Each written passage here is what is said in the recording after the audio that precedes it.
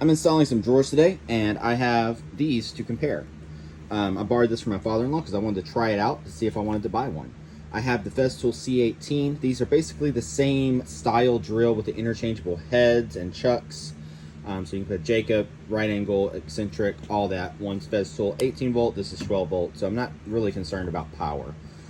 For me, power is secondary as a cabinet installer. I value the control and powerful enough to set like 3-inch screws for hanging cabinets.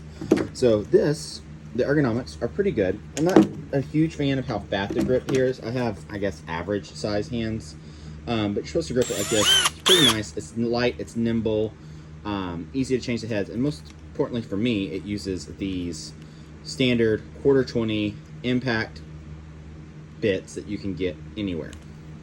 The Festool, the 18 volt, is a lot heavier, which and ergonomics are pretty good. It feels wonderful in the hand, but it uses the Festool Centratec bit system, which is nice, but solving a problem that didn't exist and creating a proprietary bit system for no other reason that I can think of other than money and some BS that, oh, it's smoother. Yeah.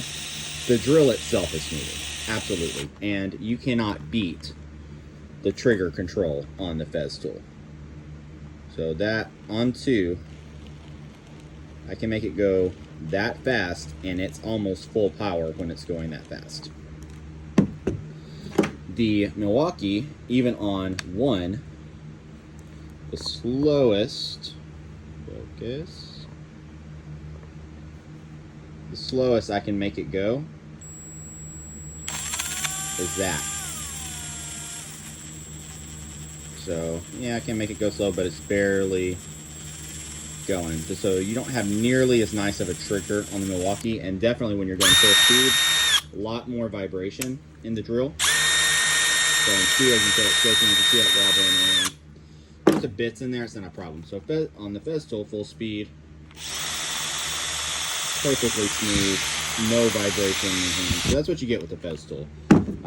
However, are those trade-offs worth having to spend $50 on bits that should cost $3? And not sure.